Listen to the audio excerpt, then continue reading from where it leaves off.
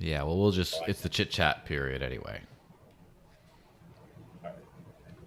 Make sure I'm on the correct Wi Fi, which, after today, um, after this time, hopefully I will be on a landline, so to speak, you know?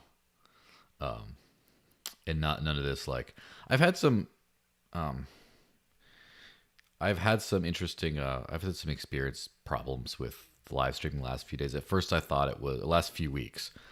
At first, I thought it was um, purely a problem with OBS that I was using, but then I realized it probably had to do something with my home internet connection. But then realized it might have just been the router and modem. I hope it was because I did switch those out today. And I haven't had problems yet, so fingers crossed because this was a giant pain in the ass on these streams. But yeah. Oh, I think you're muted. Are you still muted? Hmm. Oh, he left. Oh no.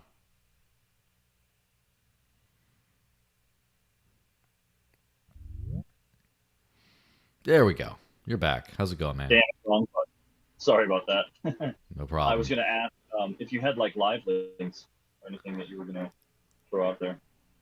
Yeah, just retweet this YouTube link, I guess. Sorry, like on the Odyssey people. Just Odyssey's a I little bit actually more don't fritzy have the sometimes. YouTube link. Oh yeah, no, hello, just your channel, right? Yeah. The one I tagged you in on Twitter. I mean, Twitter's kind of a source of ultimate gospel these days.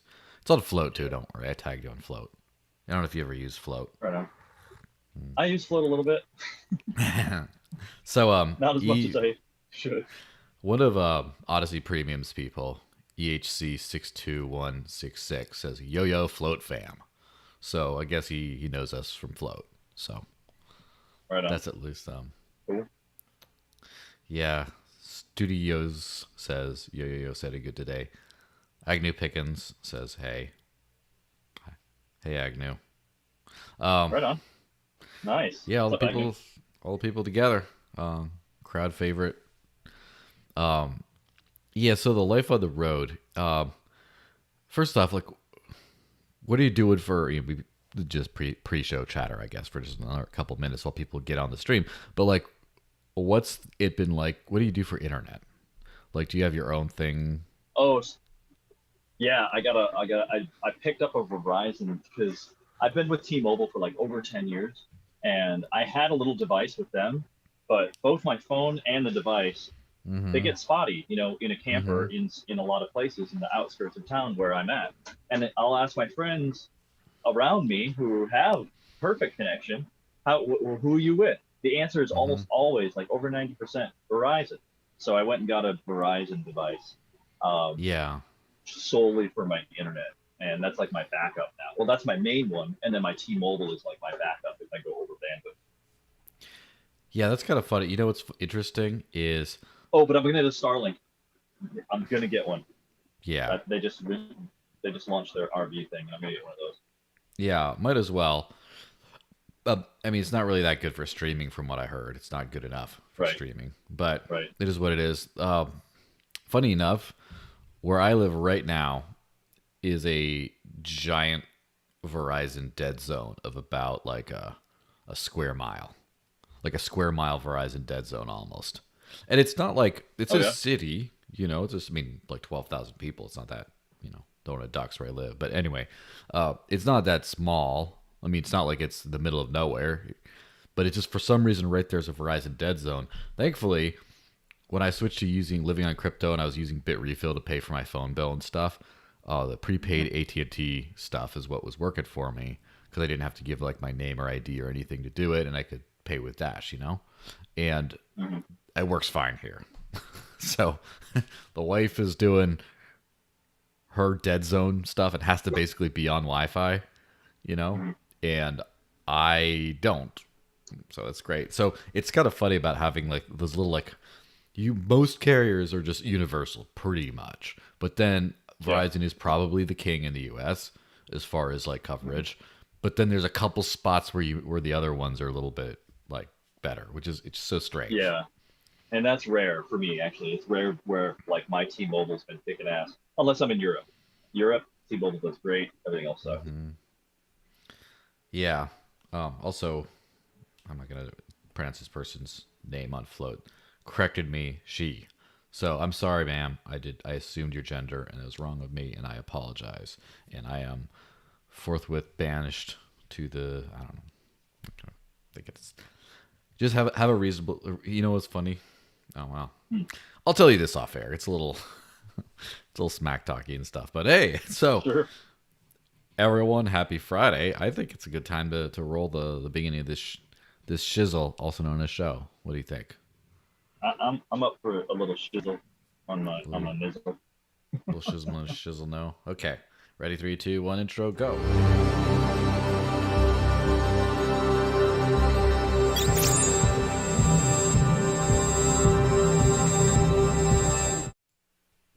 So, hey, welcome.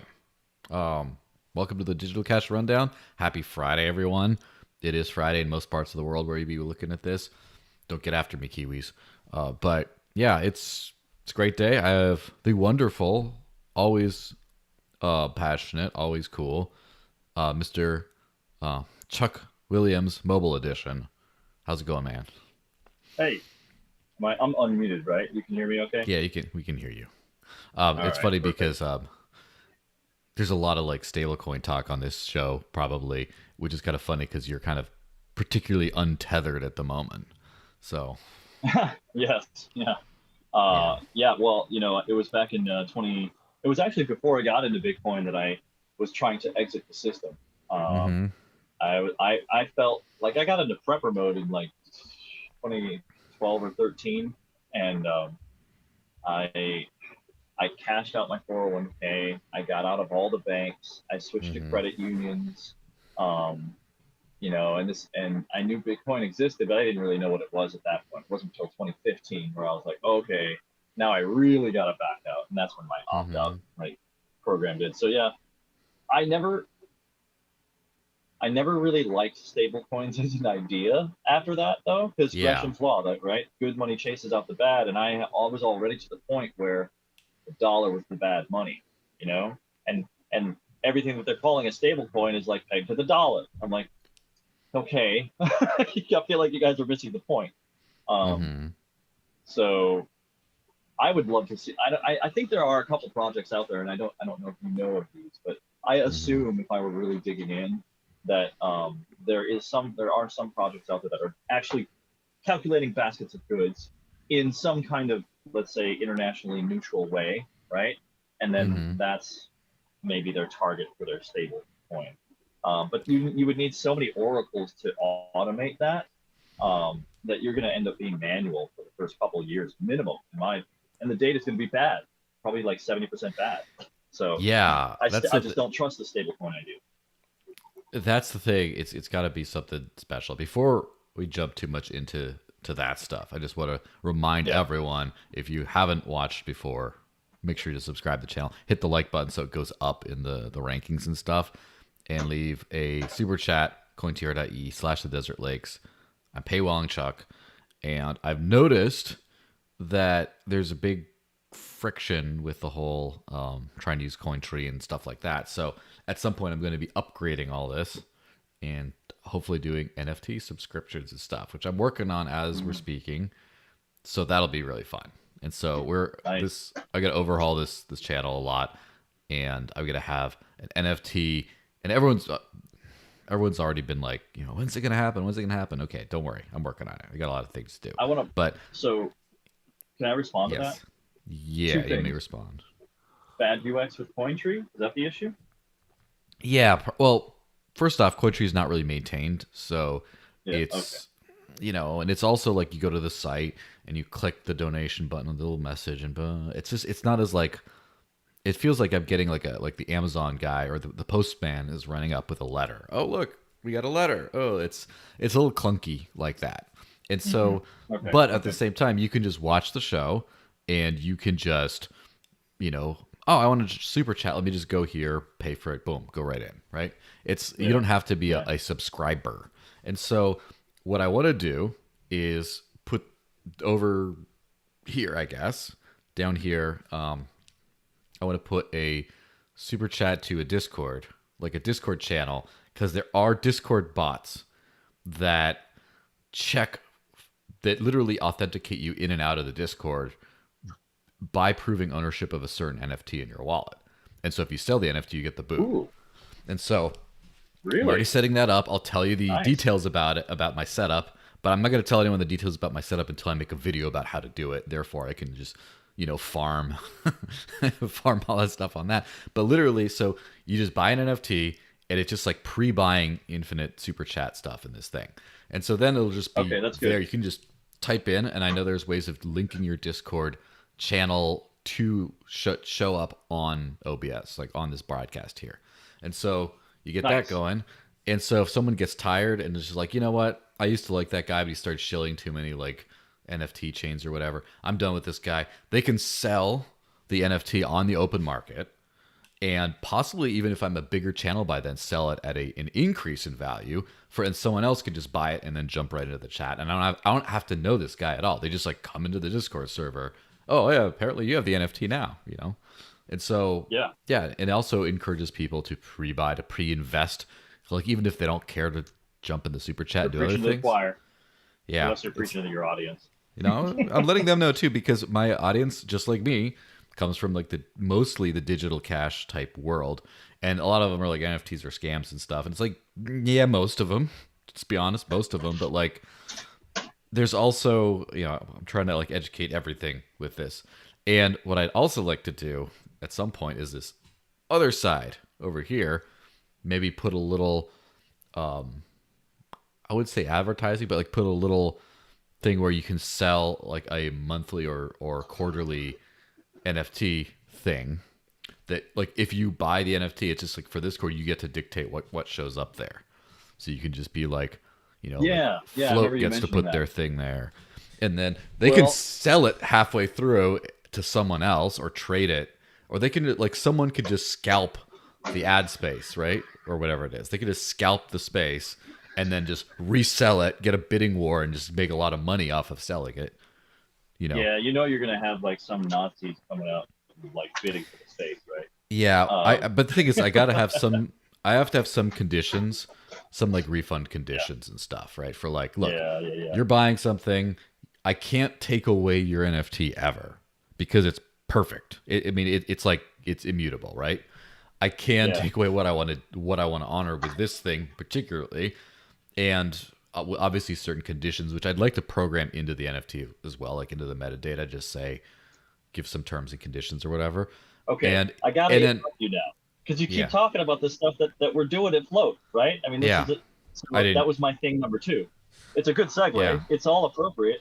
yeah, But the other thing I wanted to bring up was the thing two. I want to pull you into the user group for Float, mm-hmm, mm-hmm, because I want your feedback about, yeah, like, as a content producer, what can we do? Because I mean, you're our target audience. We need to like beef up our game, for this. mm-hmm, And you should be able to do this, what we're doing right now on Float, right? yeah, And accept tips and offer perks. Like we have, I don't know if you heard, we did these mm-hmm, Plank NFTs, mm-hmm, where you basically they're purchased NFTs that we intend to bake in utility on the yeah, platform for those NFT assets, right?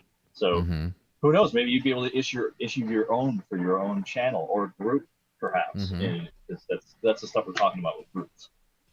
Yeah. And So it'd anyway, be fun if you could start to do cross-platform stuff where you honor subscription NFTs that other people use on some other partner sites. And that's so absolutely, yeah. then you just Odyssey and various others, yeah. yeah. And so then you just buy like premium alt social media and you get this little like spinny icon and stuff or whatever. This is a spinning GIF file or image, but it allows all this kind of authentication cool stuff. The thing is Oh yeah, we could just spin up an affiliate model. yeah. What I'd like to do, the other thing is because I've been going down the rabbit hole of practical NFTs of like what can you do in the real world with them other than just trade art or whatever. There's you can do mutable data on NFTs.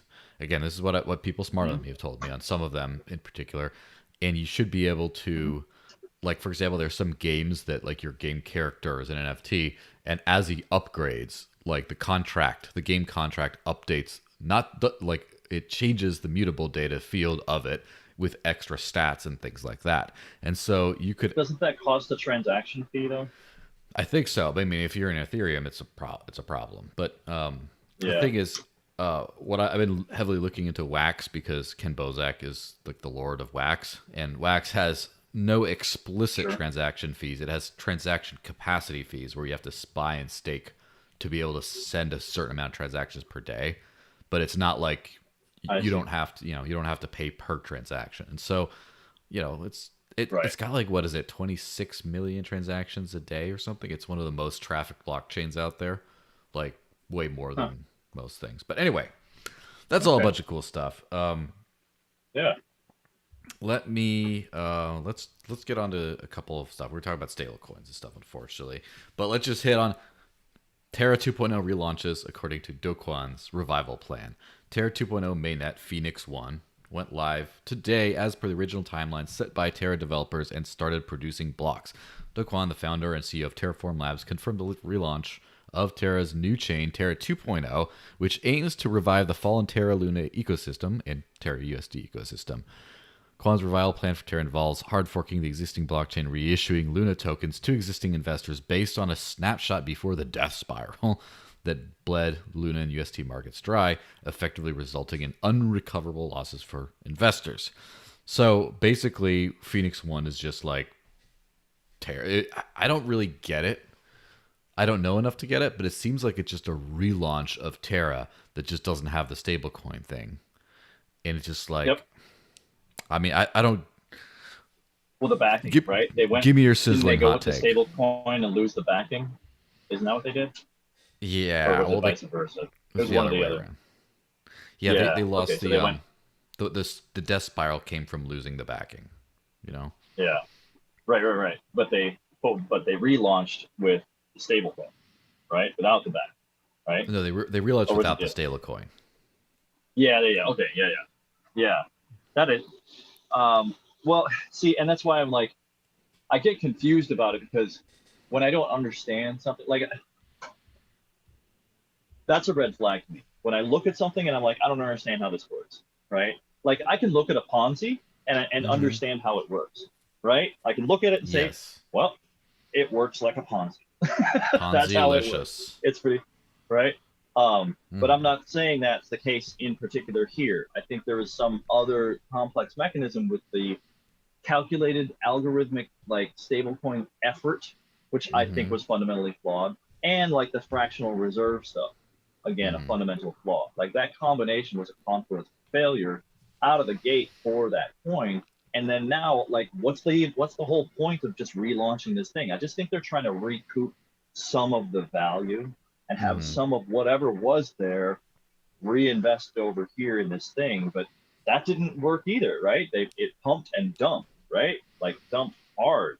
They were Mm-hmm. ready for the pump and dump. And to me, that's almost like, so many people have seen so many pump and dumps. It's almost like they prepared this whole thing just for that purpose, so that the early investors, the big guys, could pump and dump. But now, didn't they try to prevent that though by refunding or reissuing or airdropping from Yeah, smallest to largest wallet? I think they did that, and they also did something. And again, please feel free, everyone, to fact check me on this because I did not pay close enough attention to the intricacies of this whole thing to remember everything. I just think that I believe there's some time locking stuff as well. Like you get some tokens, but you can't dump them right away. And so I think that when it relaunched, a bunch of people bought and then dumped. I mean, it's literally an effort to say, look, we did something. It's kind of like it's kind of like people giving people like gift baskets as you like fire them without severance pay or something. It's like something to give them on the way out after they're like gotten completely screwed. And so Yeah, obviously, it's like and a also last ditch effort, political move. yes, and it's also a kind of a red herring to give to the community because there was a big Terra community apparently building tools and other things like that onto the network, and it's basically saying, well, all that hard work isn't for nothing. You can still build on this and just have at it, and then they Yeah, go get, and you kind of like get then you get to like fade away into your secret evil layer that you've bought with your freaking giant stacks of money. And Yeah, I gotta say though, it's kind of sickening though, because that's not a developer's, like, that hurts developers. That's an emotional, like, mm-hmm, loss for a developer when you put work into something and all of a mm-hmm. sudden it's trash. Sunk Uh, cost and fallacy. and to not even have any control over whether or not it's trash, that's even worse. You know? Yeah, well, and this goes to the greater like development thing. The fantastic thing about like open source is you can use things everywhere, right? It's the code should be there. You should be able to apply it to anything. And so, for example, I mean, just when we look about like Bitcoin and its forks, Bitcoin's still around. That's the thing is Bitcoin's still around, but still, how Right. many things backport to Bitcoin because they're like, oh, this is kind of good, or how many things use its base structure and then add to it. But let's take like for example, let's say Digibyte, random coin, cool Hmm. project, doesn't I seem to be like going those. in, doesn't seem to be going anywhere lately, and I don't hope I don't hurt feelings by saying that. Just whatever. But Eh, there's some I'm a interesting, holder. yeah, there's some interesting stuff built on it, and like I like in particular the idea of like the multi algo mining thing where it just balances out like so much of the hash rate must be, it just makes it much more of a, I personally like the idea of it. It just makes it much more of a collect the infinity stones kind of a process to try to attack the network. And so Right, right. I mean, I don't know if I like But you know that's a exactly. non-starter for a lot of proof of work anti-haters, right? Mm-hmm. Yeah, of course. But I do like the idea of ideas like that being out there that some other project could like jump on board of. And Mhm. yeah, like I mean, how many like delegated proof of stake? I mean, I'm not the biggest fan of it. I think it's like semi-centralized, right? It's not the best, but it's persisted, right? BitShares was BitShares the first one? I don't remember. It was one of the first I ones. feel like probably was, yeah, one of the first. I think I don't know which came first, BitShares or Waves. I think BitShares. Yeah, so BitShares, and then you got go on to Steam, and then you go on to Hive, and you got to EOS, and then who knows what's Yeah, left. But then like Wax is basically a DPoS like EOS based thing. There's like a bunch of DPoS things, and right, like right. the tech lives on. So like all the stuff that people are building on Luna, I really hope that they figure out how to like keep it and maintain it going forward. Well, see, this is why I've been in the software industry for a couple of decades, and one of my main principles of observation is that open source beats proprietary every time. But Mm-hmm. the issue is that open source only identifies it's so grassroots, it's so decentralized, Mm-hmm.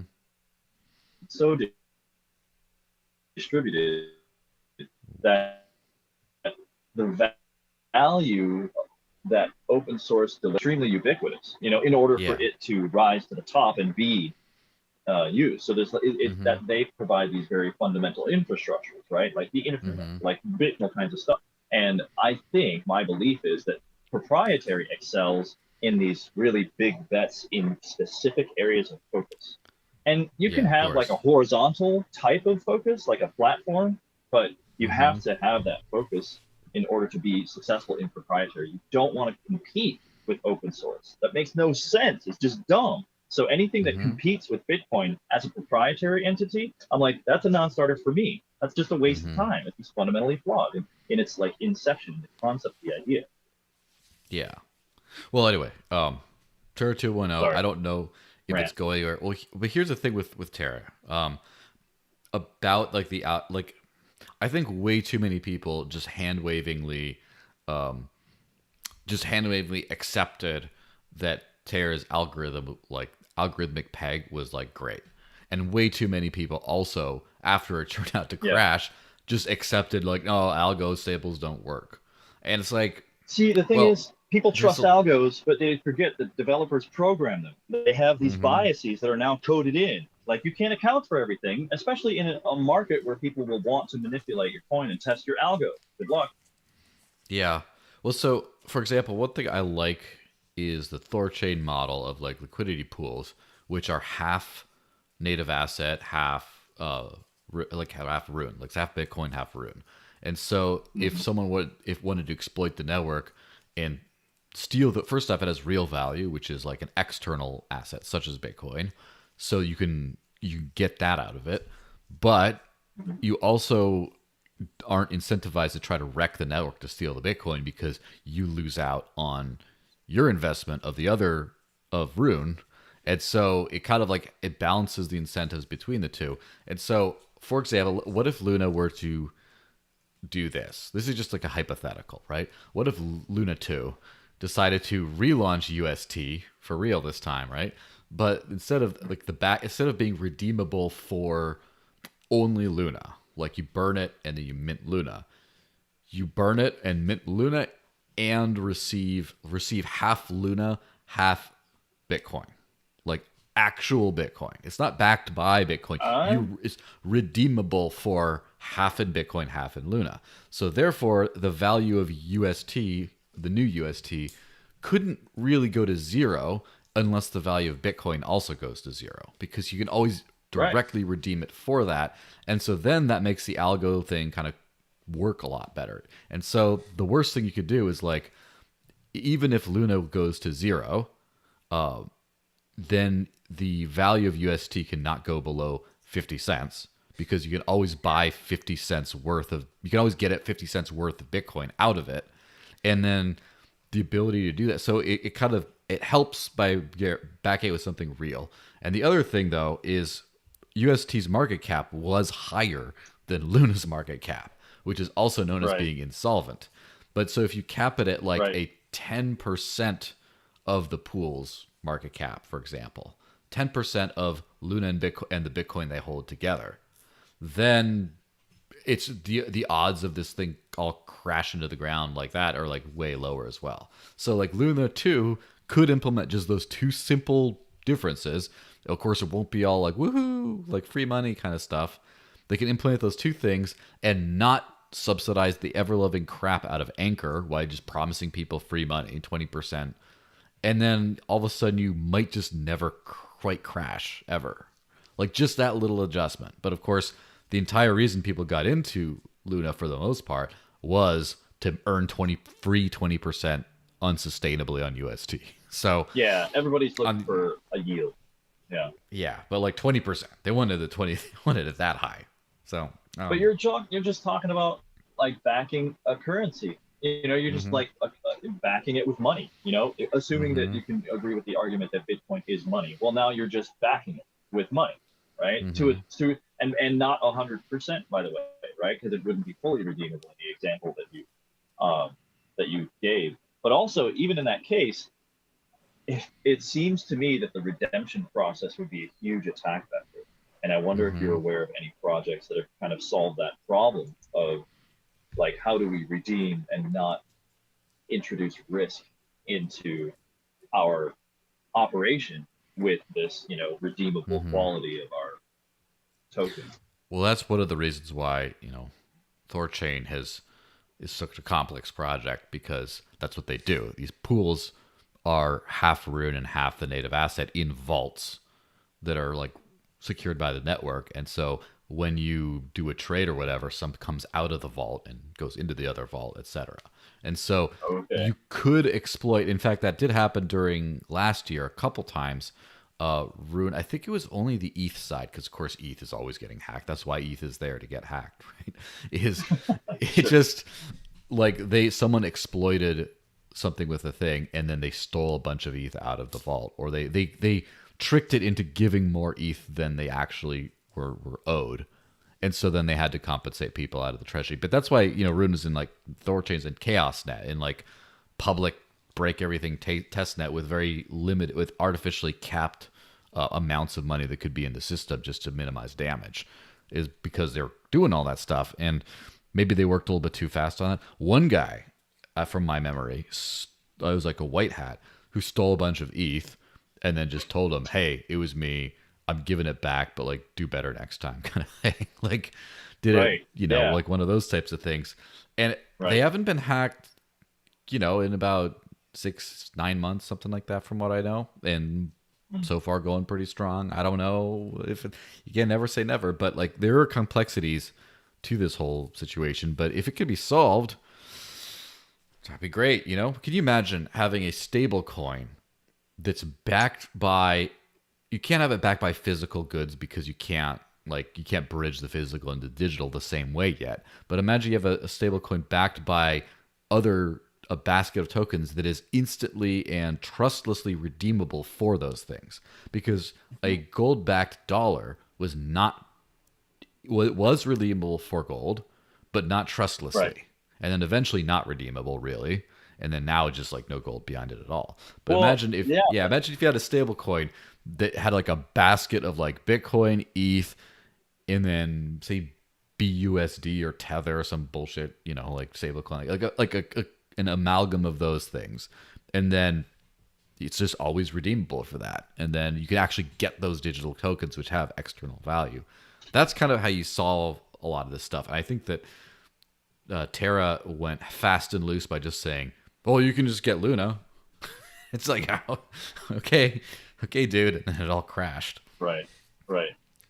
That's it is a difficult problem to solve, and I don't know if we're going to be able to do it like easily, because exchanges serve that purpose of that exchange, right? That their whole infrastructure and all the security and all that is just around, hey, let's make this exchange process as clean and simple as possible. But I think Yeah. that's the holy grail of any medium of exchange, is to be redeemable for store of wealth, right? Mm-hmm. Wouldn't that be the ideal state? That it's like Yeah. one unit of the medium of exchange is like acceptable for this store of wealth that has been demonstrated to be, valuable for an extended period of time. Yeah. Well, That's what we want, right? that's why I like the idea, because I remember people were talking about. So, and let me just preface all this by saying I'm light on the stablecoin idea as far as a fiat pack. I think it's just a temporary thing. Like, like the fiat is crashing. Has anyone seen the price of gas these days and stuff? Like I'm Yeah. just saying you don't want to hold your wealth in fiat, but it's like an interim tool. But I was thinking something like, let's say, a Bitcoin or a Dash, that is, you issue a stablecoin backed by that, because it's always redeemable for something you can spend in the real world. And so it's kind of like, with like data tokens and stuff like that, like redeemable for something real. And that's been something that I think has been, I wouldn't say a weakness, but like the last thing stopping the floodgates of mass adoption for the NFT space No, you're right. has been NFTs are largely redeemable for something kind of useless. Like you sell NFTs Well, for and ETH, or you have an ETH based NFT. You sell it for ETH, and ETH is useful, but you can't do anything directly with it, like buy things. But imagine if the money you used to mint NFTs and trade them on these exchanges and on these, on the open markets, the secondary markets, what if that money was instantly spendable for your coffee, right? That bit, or easily spendable for your coffee without going into the banking system. That's well, like yeah, the mass at a adoption, minimum. like floodgate. So I've given this a lot of thought, okay? And Of what you're course. describing,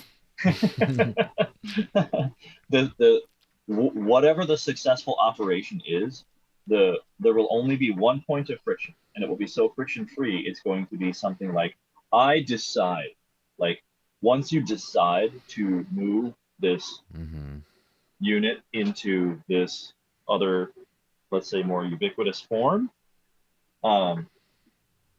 it can be done near instantaneously as soon as you've made the decision, right? That's the ideal state, and whoever can do that wins, right? But what you're talking about, in my opinion, the kind of facets that we need to get there. The information equivalent of this, in my opinion, is what I call, or what we may know as, interoperability, right? We've got these little components and these little widgets and these little bits of technology that can work in multiple places, right? And that's what we're talking about. What's what you're talking about with these value? It can work in multiple places because I can convert it to this more ubiquitous form of value, right? That is the key. And you're right. There's a book, I think it's called The Inevitable, the forces that are shaping the future, or something like that. And they talk about this. Interoperability is the thing that kicks off like super spikes in adoption and growth and acceleration and viral like Mm-hmm. activity. So yeah, Yeah. on the money, and that is what we need. And I feel like we're almost there. Like I'm seeing more and more of these like platform systems that take on all the Web3 things you might Mm-hmm. need: payments, KYC, um, blockchain, transaction broadcasting on multiple chains, Yeah. um, invoicing, and all these kinds of things. Like these platforms, there's multiple of these now that are blockchain ready, and you can spin them up, and they're open source, by the way, right? Non-proprietary. A lot of them did start by being proprietary back in 16, 17, 18, like Scale and whatnot. But then they're opening up too, because they like the writing's on the wall. Hey, if we're gonna do this, we got to open this up, make it the standard, and then blah blah blah. That's where we get our, our Red Hat model kind of income on top of our Mm-hmm. platform, right? That's and you get that with interoperability, right? And that's what we need to do. That's if you're going to survive as a Terra Luna, you're going to do a relaunch. I like the idea. It's the holy grail, and that's why it's difficult to do though, because that friction-free experience is nobody's figured it out yet. Well, before we At go least not down, something that. Go ahead. yeah, before we go down the rabbit hole of like of 3 hour podcast territory, um, Oh, I do this have a is hard stop. Shoot, I forgot to what say that. is it an hour in? Is that the hard Yeah, stop? well, yeah, in about 15 minutes. Okay. Sorry. All right. Well, let's It's crank I the. can be a little late. No, I can be Nah, a that's little fine. late. It's all Well, right. you just let me know. How All about right. this one? Major crypto firms reported to cut up to 10% of staff amid bear market. Previous crypto bear markets triggered much bigger layoffs, with some firms like Consensus reportedly firing up to 60% of its workforce in 2018. But, Gemini, crypto trading platform founded by the Winklevi, or however you say it, is the latest firm to lay off a significant part of its staff due to unfavorable market conditions. And I guess if your revenue is from speculative trading and that goes down, that's the quickest thing to hit it. But I think is funny is like as of right now, the Dash Core group is still hiring people. I don't know if Hmm. it's many. I think it's going to be just like cut off pretty soon. But I don't think there's anticipated to be any layoffs for a while, for like years. And so You mean hopefully, with Dash? yes, for a Dash Core Dash Core group at Group? Okay. least. I mean, there's a few other entities running around, and like as far as like I help run the Dash Marketing Hub, and that's just like a budget and bounty based thing. So there's never going to be any like layoffs. They're just like tasks we can't afford kind of thing. So it's not really, Right. Right. it is what it is. I But like that model. That's the full model works. yeah, but so um yeah, the bear market. The thing about the bear market, to throw another little bone into that thing, Tesla is trying to do a 10% layoff type thing. And Elon Musk did do this whole like hard line about you have to be in the office, no remote workers. And I heard about that. some people have interpreted that as a way of him to like get out of paying severance while severing 10% of his workforce, you know. But which would be Yeah. it sounds like that 40 chess kind of stuff that he likes to do. But yeah, so do you think that this kind of massive layoffs in the bear market thing is going to end at some point? Like, or do you think it's just Well, always going to be yeah. this way? Now there's always cycles. Well, you mean like will we have a bear market where the layoffs don't occur? No. People Well, are stupid. not where they People don't occur at overinvest. all. People get distracted. Yeah. Yeah. No, it's. I mean, yeah, we'll phase out of it. Mm-hmm. But it's just I think it's part of the business cycle, and I don't want to sound like overly heady on this because the business cycle is like really difficult and complex. There's macro and micro and industry like waves Mm-hmm. and politics plays into it. There's all kinds of like unpredictable factors, but there are ebbs and flows of these businesses, and it's Mm-hmm. something that we we kind of have to expect. And I think in an ideal scenario, we individuals have enough information about these cycles where we can kind of plan our own lives around. Mm-hmm. Look, we've peaked in this industry, or you know, this space is due for a new innovation. Like this kind of research that comes out of these research groups, that's like that only the top 1% of people read, you know, because they've got their friends or the hedge fund managers that want to know all these things. I think that that information is going to, as that information becomes more ubiquitous and used by the public, will I think the market cycle, like the dramatic nature of the ups and downs, will diminish over time. So in Yeah, of that way, course. like my answer to your question is like the bandwidth, the amplitude of the cycles will reduce, I think, over time, up Hmm. until we reach some kind of crescendo of like stagnancy, right? And have some kind of new innovative breakthrough. And then I think the business cycle like amplitude increases all over again once you Yeah, have like a destructive, chaotic disruption that like something cascades new. through the world. Yeah, yeah, like refrigeration or um, you know, contract law, you know, like weird things that Hmm. just change everything. Yeah, it's gonna Black be, swans, as they say. which kind of reminds me about like the market. The market is undefeated. For example, Kraken CEO defends listing of Luna 2.0. Bitcoin traders don't pay the bills. So Kraken, which is an exchange, right? They posted, they listed Luna 2.0, the new Luna, and then good old Maxi friend Nick Carter said, "Why?" To which Jesse Powell, the Kraken CEO, said, "Client demand. There's a weird dynamic with exchanges. Switching cost is low, Yeah, and people tend to want to do everything all in one place for capital efficiency slash synergy slash convenience. Not supporting one coin people demand could cost you an entire account. Listing isn't an endorsement." And then he also said, "We're a marketplace like eBay. Bitcoin to Bitcoin traders don't pay the bills." It's like, first off, fucking Captain Obvious here, right? Like, literally, it's in the business of exchanging and stuff. But also, it's kind of funny how, like, right. Like, Bitcoin isn't highly profitable for a lot of the industry because, I mean, it works like it works for some basic practical things, although even then it's like not super high.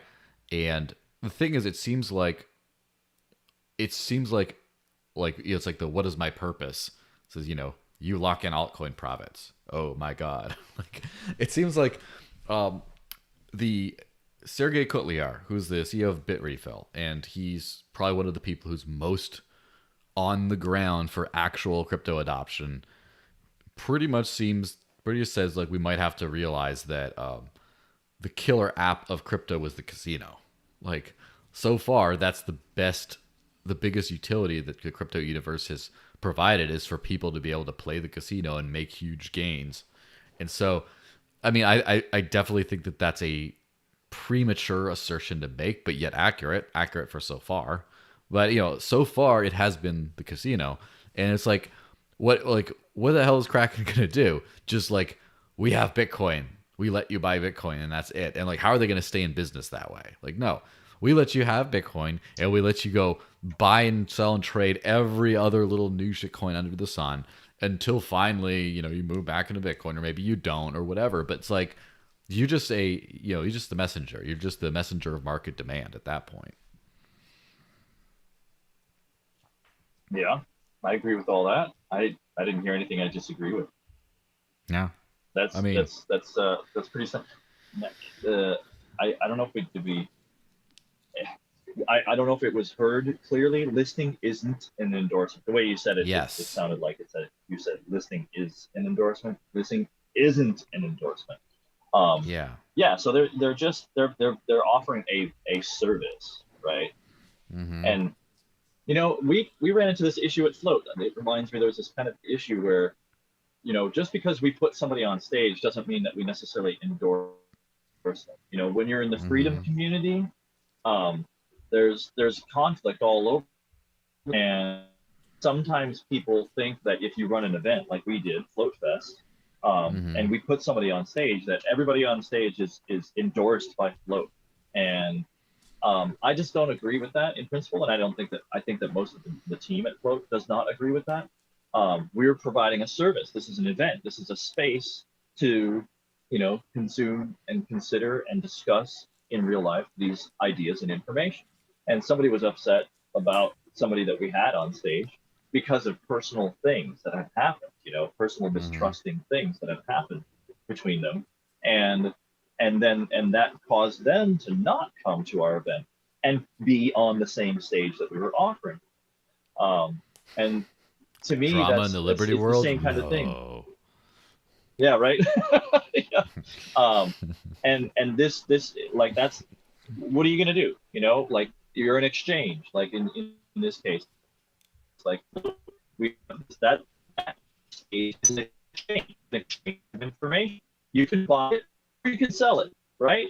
Yeah. Or you can not trade it at all, right? Um, Mm-hmm. but you don't have to be a victim of it just because you're also sharing that same stage, right? You don't like, does Dash get upset with Bitcoin on the markets? I don't think so. Like they're pretty neutral. It's like, hey, we're Yeah. sharing space here, we'll each have our due. The market decides, you know, Yeah. personal. Doesn't matter if I forked you or not.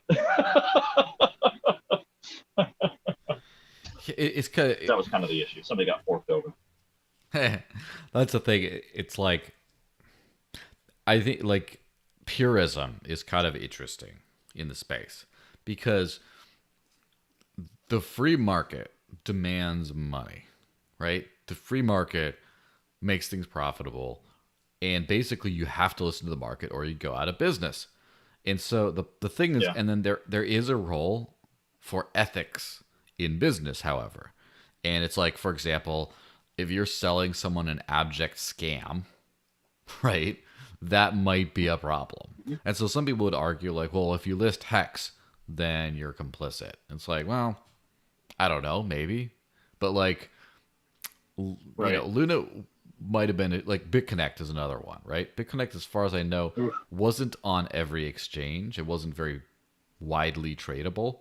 But like a lot of these, do you remember Yeah. OneCoin? It was hard to find, actually. Oh, one coin, just thinking about it makes me sick to my stomach. But the thing is, OneCoin, I don't even remember if they had a blockchain, but I never saw them listed anywhere. And so, They claimed that they did. mhm. And if you logged in, you could see that they were trying to pretend like they did. But anyway, it's just like, at what point does like your preferential purity, speak for itself? At what point do you not just like have your personal preferences, but then just let the market decide, as long as it's not like an abject scam? And like Luna 2.0 is probably much more of a shitcoin than a scam, if you know what I mean. Like, Yeah. there's like your top coins, then there's like ones you just don't really care for, but do actually do something, Then there's Yeah. shit Utility coins, utility coins. and then Yeah, shit there's coins that don't do anything but claim that they're going to. scams, right? And so, like Yeah. for example, Claim, I don't want to, claim that they are doing something that they're absolutely not doing.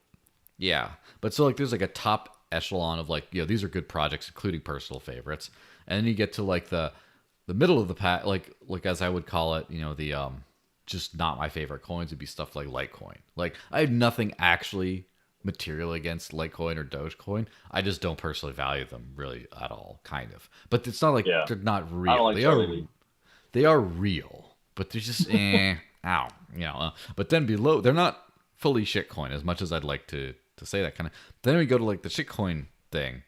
That's stuff like I'm trying to think about something without like pissing too many people off, but like let's say like a smart cash. I'm sorry, but like a smart cash, Okay. like which it makes me sad because Yeah. a lot of people built some interesting stuff onto smart cash, but like the whole thing is just like Right. a 80% treasury. Get the fuck out of here. Like a bunch of Let me say, I gotta say, every time I saw somebody had built something on Smart Cash, I was like, why? Why did you do that? yeah. But so that's definitely like shitcoin territory. There's a few other like Shiba Inu. I would definitely put in like pure on shitcoin territory. Like, okay, if you want to gamble with Really? that stuff, I never well, looked at it. I just assumed. I mean, and all like the doggy coins and the kind of stuff, and then you get to like the Yeah. scam territory, which anything that's an abject Ponzi with no utility probably is, which means probably Hex too. But I mean, whatever. Some people say it's not. But also like what is it? What was it called?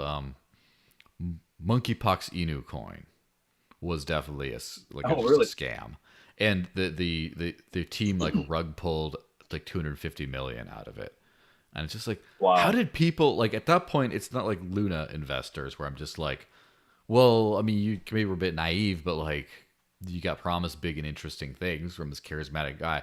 If you're buying Monkeypox Inu coin, you deserve to lose everything you put in and then some.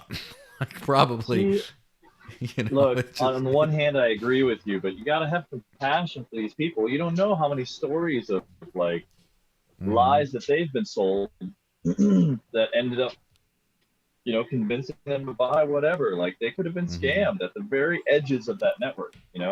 yeah, but still, I mean, if you it, I try to have something compassion for them. called, I mean, I do for a lot of these things, and like Doge as well. I have compassion because it's been around a while. Like, oh, but Elon, this he could be just dumb, but like, well, you get monkeypox just because people hear about the monkeypox inu being Yeah, the Japanese word for dog yeah. because of Shiba Inu. Like, what did you think? Like, how did you think? Like, I think this is a good investment. Like, But you got to remember, like, how much of the world really understands crypto and like would be able to yeah, understand. Like, there's still a significant, like, over 90% of the world hmm still would hear crypto, and they may not ever. Oh yeah, monkeypox inu. They may never even know that it's called monkeypox inu. Somebody might just be telling them it's crypto. hmm Buy it. I'll give you. Now there you go. And there you got your monkeypox inu. Like it's I just feel like there's still a lot of naivete that's drawing people hmm in at the fringes, and it's still a yeah, huge percentage of the world. We're still hmm early. yeah. We're definitely still early. How much more time you got? I'll tell you what. I'll go another 5 minutes. Yeah, and then I'll Oh, jump over. okay. And finally, to drive the nail in the Luna type coffin, Japan passes bill to limit stablecoin issuance to banks and trust companies. The Japanese government is rushing to enforce new stablecoin laws in the aftermath of the Terra collapse. On Friday, Japan's parliament passed a bill to ban stablecoin issuance by non-backing institutions. The bill reportedly stipulates that the issuance of stablecoins is limited to licensed banks, registered money transfer agents, and trust companies in Japan. So here we go. The first blow on this whole like stablecoin regulation thing. We had a good run. Now what? Right, right. Yeah, this. Yeah, you didn't send me a link on this one, but this regulator is going to regulate. I say that all the time, but in this hmm case, they're selling the safety again, and it's a lie. And I'm so tired of this same play being played over and over and over again. They're just trying to ratchet in more legislation Yeah. onto this thing so that they can like wrest control. Um, uh, every inch of it. I hate it. Yeah. Stop falling Everything's for it, people. Opt out. You know. everything's used as an excuse to kind of do that. But that's the thing is like, I mean, I don't say I'm not going to do a Cersei right thing in this case, but there's an element of look, you're doing um, you're trying to do government money here. You're counterfeiting government counterfeit money. Let's be honest, you're counterfeiting counterfeits. First off, the value proposition of that is not super strong. Like no one should park their money in stable coins. They should use it as certain tools. Like, oh, I'm gonna move it to stable coins so then I can like sell it for the exact amount or I can make a payment in the exact amount because fluctuations might happen, whatever. There's like tools, it's like a trader tool, but like to trust it is definitely not. But also, you're literally just the point of stablecoins was faster, more efficient, and more importantly, KYC free, which is what gets rid of a lot of the friction, identity free fiat transfers. And so you're literally doing stuff that's illegal, but through a little loophole where it's not quite illegal. So if the government decides to be like, oh, sorry, and close that loophole, and now it's like your fake fiat, your fake money, right? Your fake fiat is now considered as just regular fake money. At that point, it's just like, I mean, you could see it coming. Like, buyer beware of stablecoins is all I'm saying. Yeah.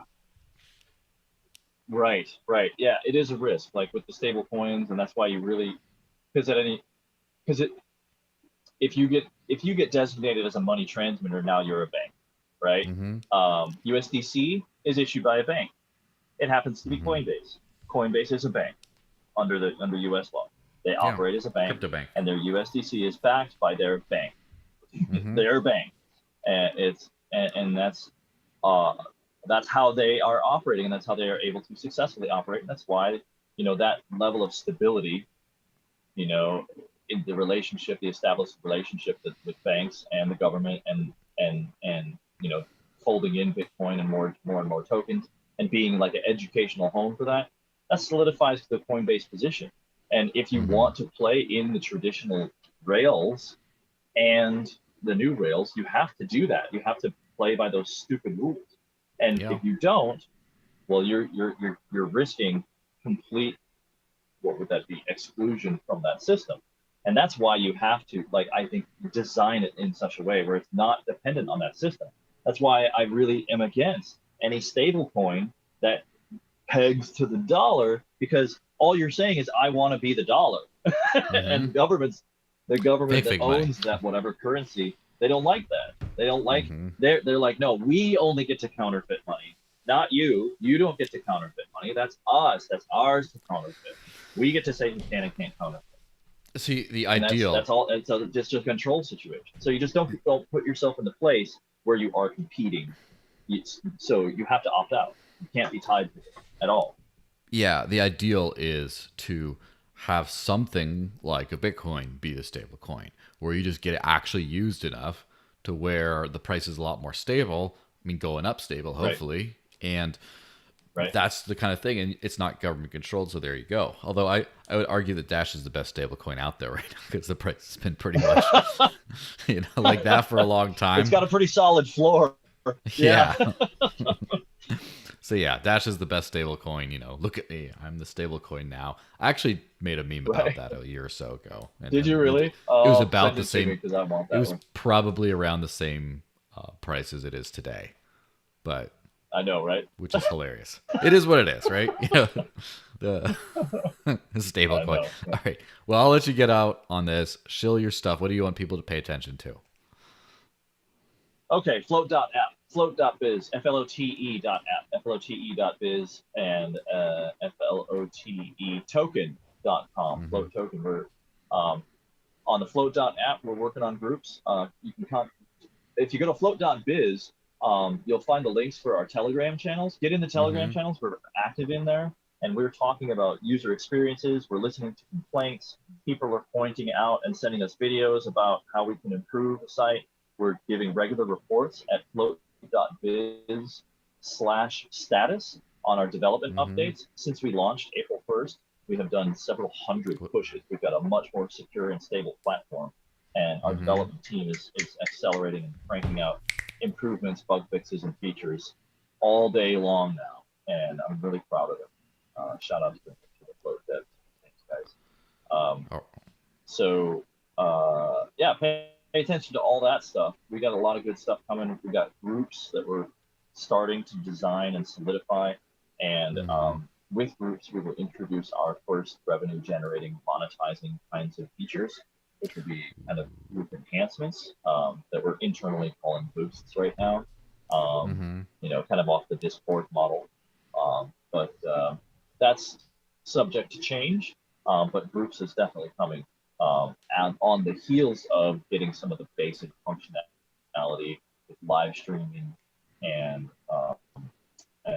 and general experience on the Float platform a little better. So if you're a Float member or Float user, you probably received an email recently about the status. I don't know if you saw that, Joel.